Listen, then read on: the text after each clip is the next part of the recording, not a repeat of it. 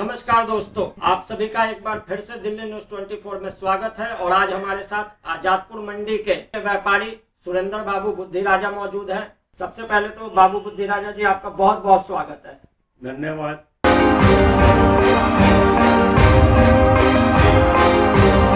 बुद्धि राजा जी, अभी जैसे किसान आंदोलन फिर से एक तरीके से शुरू हो गया है, उनका सबसे बड़ा जो डिमांड है वो एमएसपी का था, मिनिमम सपोर्ट प्राइस।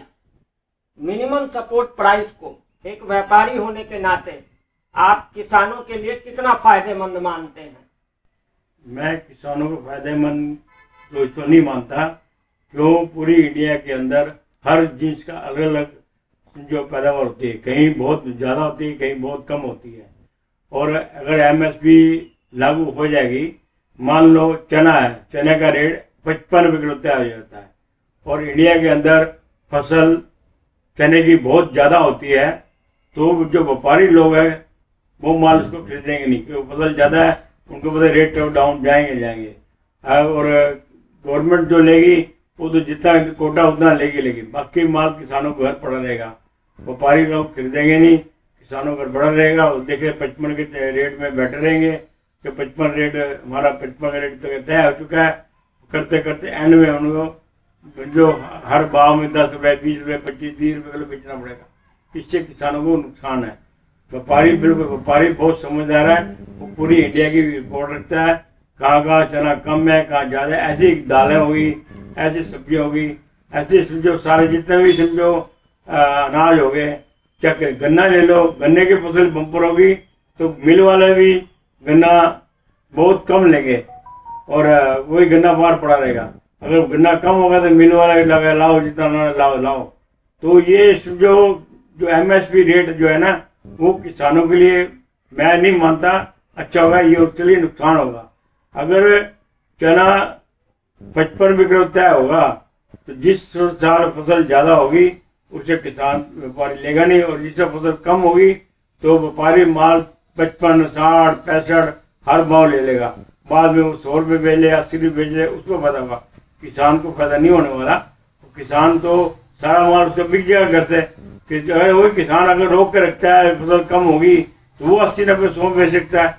और रेट 55 रुपये गवर्नमेंट कहता है, गवर्नमेंट भी ले लेगी और व्यापारी भी ले लेगा, और किसान के पहले कुछ नहीं पड़ेगा। बंदे में किसान को नुकसान अपने घर से देना पड़ेगा। कोई भी जिन्स लो, चने के अलावा जो कोई जिन्स हो जिसकी ज़्यादा फसल होगी और ये कम होगी, नुकसान किसान को ही है, व्यापारी को फायदा है, किसान को नुकसान है।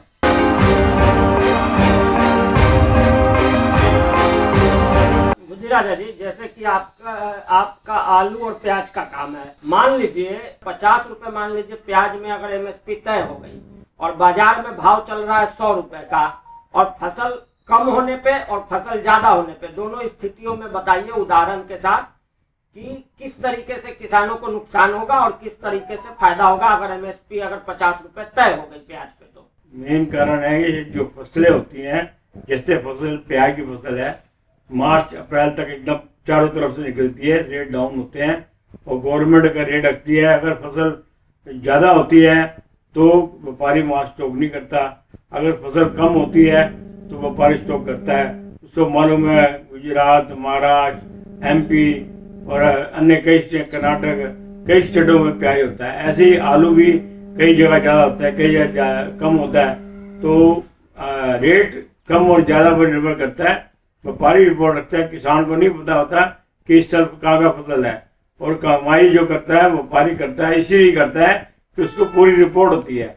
और रेट अगर डिसाइड कर जाए, किसी साल आलू 2 रुपये 5 रुपये किलो बिकता है, फेंकना पड़ता है, किसी साल 30-40 रुपये किलो बिकता है, इस साल 30-35-40 बिकता है। और तेजी है, प्याज भी इस सब 40-50 रुपये किलो बिक रहा है, तो प्याज का ठीक है। पिछले साल यही 2 रुपये 5 रुपये 10 रुपये किलो बिक रहा है। ये तो सब्जी है, मगर जो जीन्स पैदा होती है वो भी, चाहे दाल का टाइम होता है, सरसों का टाइम होता है, और चना कई दालें उनके सीजन के साथ पैदा होती है। पूरे इंडिया में एक जैसे पैदा होती हैं और पूरे इंडिया में एक टाइम पैदा होती है, उसी टाइम रेट इनके डाउन होते हैं, जिससे फसल पूरी निकल जाती है।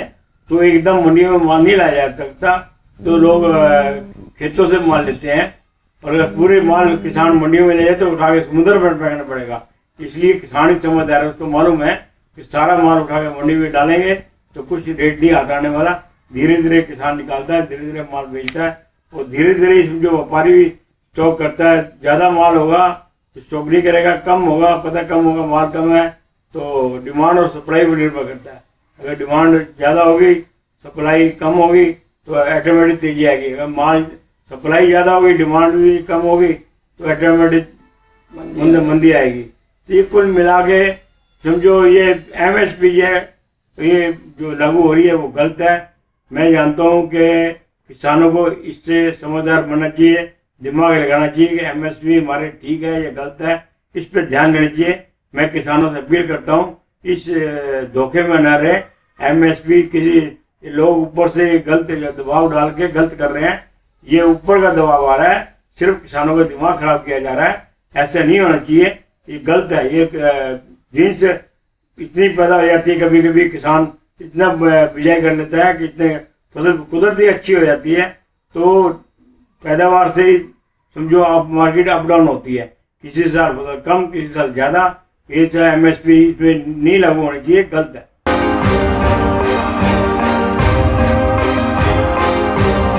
एक और है जी कि किसान कानून जब आए थे 3 तो उसमें एक नया प्रावधान सुनने को मिला था, कॉन्ट्रैक्ट फार्मिंग। कॉन्ट्रैक्ट फार्मिंग पर आपका क्या मानना है कि कॉन्ट्रैक्ट फार्मिंग जो प्रावधान आना था वो क्या किसानों के लिए फायदेमंद साबित हो सकता था?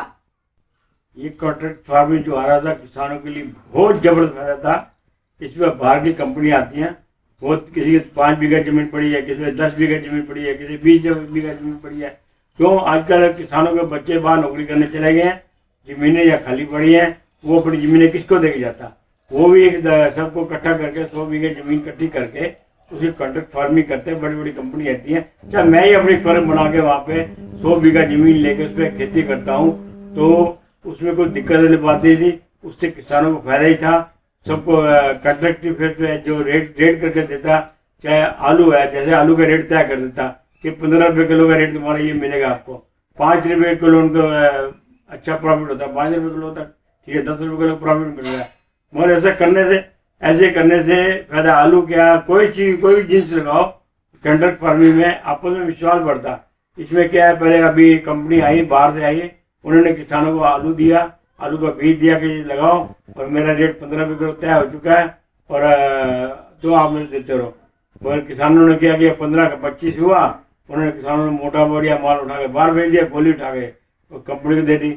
ऐसे आपस में जैसे कहीं कॉन्ट्रैक्ट फार्मिंग में जैसे हम जाते हैं किसान को माल लेते हैं, माल लेने के बाद रेट तय किया हमने 20 रुपये किलो, फिर मेरे लेने गए तो मेरा बाप नहीं मानता, मेरा बेटा नहीं मानता, मेरी बहन नहीं मानती, मेरी बहू नहीं मानती। तो आपस में मेरा विश्वास का जो व्यापारी और कॉन्ट्रैक्ट जो होता है व्यापारी और किसान का विश्वास खत्म हो चुका था। ये एक एग्रीमेंट बन जाता, कॉन्ट्रैक्ट फार्मिंग बन जाता, जिससे आपस में दोनों विश्वास होता और काम भी जाता। एक आदमी गलत के कारण सारे किसान बुराई में आ जाते थे, इसलिए ना कोई आपस में लेन देन करने में बहुत दिक्कत आती थी। कॉन्ट्रैक्ट फार्मिंग में कई इतने गलत लोग आ गए बीच में कि जिससे कॉन्ट्रैक्ट फार्मिंग करना बंद हो गया था बीच में। तो जो लोग बाहर गए हुए हैं, जमीनें यहाँ पड़ी हैं, वो फायदे में रहते हैं। वो कुछ आदमी यहाँ ऊपर से ऐसे जमीन जो खाली पड़ी हैं, तो अगर कॉन्ट्रैक्ट फार्मिंग आ गई तो देश तरक्की कर जाएगा। वो नहीं चाहते कि देश तरक्की कर जाए, बस कारण यही है ऊपर से ही जो आ रहा है ऊपर से आ रहा है, ये गलत काम कराने के लिए सबको दबाव ऊपर से आ रहा है कि देश तरक्की ना करे और ऐसे जमीनें खाली पड़ी रहे, उनका काम बढ़े नहीं। और नए कॉन्ट्रैक्ट फार्मिंग के अंदर नए औजार से नए तरीके से वो पैदावार करता है, पैदावार 10 गुना बढ़ जाती है उनकी। तो पैदावार इंडिया की 10 गुना बढ़ जाती तो आज टोटल माल एक्सपोर्ट होता, हमारा इंडिया कहाँ से कहाँ पहुँच जाता। मगर जो ऊपर से चल रहा है एक विपक्षी वाले लोग हैं कि देश तरक्की ना करे, ये बहुत गलत काम चल रहा है। कॉन्ट्रैक्ट फार्मिंग अगर आ जाएगा तो हमारा देश 10 गुना फसल अच्छी होगी और देश हमारा कहाँ से कहाँ पहुँच जाएगा।